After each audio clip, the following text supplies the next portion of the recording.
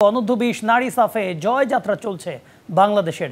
নেপালকে কাঁদিয়ে শেষ মুহূর্তের গোলে জয় তুলে নিল পিটার বাটলারের দল। 5 গোলের টানটান উত্তেজনাপূর্ণ ম্যাচে হিমালয় কন্যাদের 3-2 গোলে হারিয়েছে আফিদা সাগরিকারা। এই জয়ে পয়েন্ট টেবিলের শীর্ষে এখনো রয়েছে বাংলাদেশ। সময় আটকে রাখতে পারলেন না বাংলাদেশ। শেষ বাঁশি বাজতেই কান্নায় ভেঙে পড়লেন নেপালের নারী ফুটবলাররা। হিমালয় কন্যারা যেন তখনও বিশ্বাস করতে পারছিলেন না তাদের একটা ছোট্ট ভুল বদলে দিয়েছে ম্যাচের ভাগ্য। একদিকে ফুটবলারদের অশ্রুসজল চোখ, নেপাল কোচের বিষাদ মাখা অভিব্যক্তি, অন্যদিকে বাংলার বাঘিনীদের বাঁধ ভাঙা উচ্ছ্বাস যেন ফুটবলের সৌন্দর্যকেই প্রকাশ করল। শতভাগ দিয়েও লাল সবুজের মেয়েদের আটকে রাখতে পারেনি নেপাল। সুজাতা কাঁদছেন তিনি। অনূর্ধ্ব-20 নারী সাফে নিজেদের দ্বিতীয় ম্যাচে শুরু থেকেই ডমিনেট করেছে বাংলাদেশ।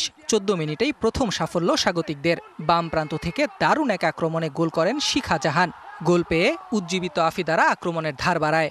বাংলাদেশের লিড। প্রথমার্ধ শেষ হওয়ার মিনিট 10 আগে আবারও লক্ষ্যভেদ বাংলাদেশের। গেল ম্যাচে হ্যাট্রিক করা সাগরিকার গোলে ব্যবধান দ্বিগুণ আফিদাদের। বিপরীতে চেষ্টা করেও বিরতির আগে আর গোল পায়নি নেপাল। এগিয়ে থেকেই বিরতিতে যায় বাংলাদেশ। সেই লিডটা খুঁজে পেয়েছে বাংলাদেশ। বিরতির পর স্নায়ুর লড়াই গড়ায় হাতাহাতিতে। 55 মিনিটে লাল কার্ড দেখেন বাংলাদেশের সাগরিকা ও নেপালের সিমরান।